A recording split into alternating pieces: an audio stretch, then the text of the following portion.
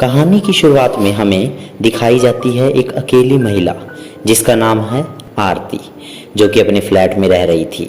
वह एक शांत और अकेली जिंदगी जी रही थी। रात को वह अपने कमरे में सो रही थी। आधी रात को उसके दरवाजे की घंटी बजी। आरती घबरा गई क्योंकि इतनी रात को कोई भी नहीं आता। उसने सोचा कि यह एक मजाक है और उसने दरवाज़ा नहीं खोला। घंटी फिर से बजी और इस बार यह लगातार बजती रही। आरती का दिल जोरों से धड़कने लगा। उसने सोचा कि कोई आपातकाल हो सकता है, लेकिन उसने फिर भी हिम्मत नहीं की और उसने दरवाज़ा नहीं खोला। घंटी बंद हो गई और एक अजीब सी खामोशी छा गई। आरती ने अपनी सांसें रोक ली और अपने बिस्तर पर बैठी रही। कुछ देर बाद उसने अपनी बालकनी में जाकर देखा, वहाँ कोई नहीं था। अगली सुबह आरती ने दरवाज़ा खोला और देखा कि उसके दरवाजे पर मुझे आने दो लिखा हुआ था। आरती को यह सब देखकर बहुत डर लगा। उसने पुलिस को फ़ोन किया और उन्हें घटना बताई। पुलिस ने उसकी बात सुनी, लेकिन उन्होंने कहा आप अकेले हैं और यह सिर्फ आपका भ्रम है। आरती ने एक ताला लगाया और घर के अंदर चली गई। उसने अपनी खिड़कियां बंद कर ली और दरवाजे को बंद कर लिया। रात फिर से हुई। आरती सो गई, लेकिन आधी रात को उसे फिर से अपने दरवाजे की घंटी सुनाई दी। वह घबरा गई। उसने सोचा कि वह फिर से अपने दरवाजे को नहीं खोलेगी। घंटी फिर से बजी और इस बार वह लगातार बजती रही। आरती ने अपनी आंखों को बंद कर लिया और प्रार्थना करने लगी। घंटी बंद हो गई और एक अजीब सी खामोशी छा गई। आरती ने अपने कानों को बंद कर लिया और अपने बिस्तर पर सो गई। अगली सुबह आरती ने दरवाजा खोला और देखा कि उसके दरवाजे पर एक और संदेश लिखा हुआ था, मैं तुम्हें देख रहा हूँ। आरती को यह सब देखकर बहुत डर लगा।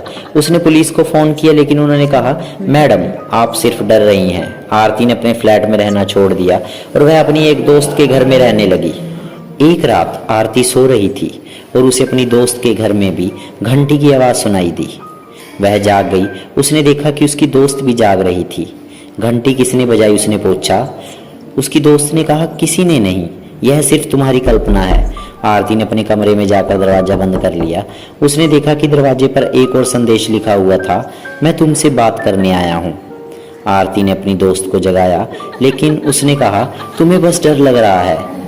आरती ने दरवाजा खोला और वहाँ एक खाली हॉल था। निराश होकर उसने दरवाजा बंद कर लिया।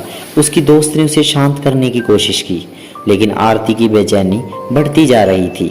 वह अपने कमरे में वापस चली गई, लेकिन उसके दिल में खौफ गहरा होता जा रहा था। अगली सुबह जब आरती उठी तो उसने देखा कि उसकी दोस्त अजीब तरह से शांत थी। वह न तो बात कर रही थी और न ही उसकी तरफ देख रही थी। जब आरती ने उससे पूछा क्या हुआ तो उसने कोई जवाब नहीं दिया। आरती को लगा कि शायद वे अभी भी उसे डरा हुआ मान रही है और चुप रहने का नाटक कर रही है। पर जब आरती उसके कमरे की ओर मुड़ी, उसकी नज़र दरवाजे पर पड़ी। दरवाजे पर एक नया संदेश लिखा हुआ था, मैं अब अंदर हूँ। यह देखकर आरती का दिल बैठ गया।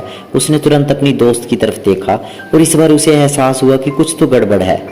उनके चेहरे पर कोई भाव नहीं था। उसकी आंखें खाली थी, वे बिल्कुल नहीं हिल रही थी।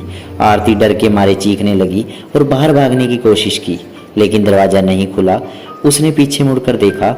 उसकी दोस्त अब धीरे धीरे उसकी तरफ बढ़ रही थी और उसके चेहरे पर एक डरावनी खौफनाक मुस्कान थी। यह सिर्फ तुम्हारी कल्पना नहीं है आरती, उसकी दोस्त ने अपनी आवाज़ में एक अजीब सी गूंज के साथ कहा, मैं तुम्हें देखने नहीं बल्कि तुम्हें लेने आया हूँ। आरती का दिल जोर से धड़कने लगा। उसने चीखना चाहा, लेकिन उसकी आवाज़ गले में ही अटक गई।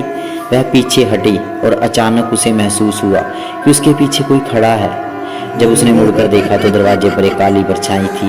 वह परछाई उसकी दोस्त के पीछे से आई और उसके पास से गुजरी और उसके शरीर में घुस गई। आरती ने एक अंतिम बार चीख मारी और जमीन पर गिर गई।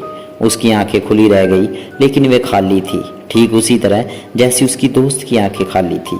बाहर दरवाजे की घंटी फिर से बजने लगी और इस बार कोई भी उसे खोलने वाला नहीं था।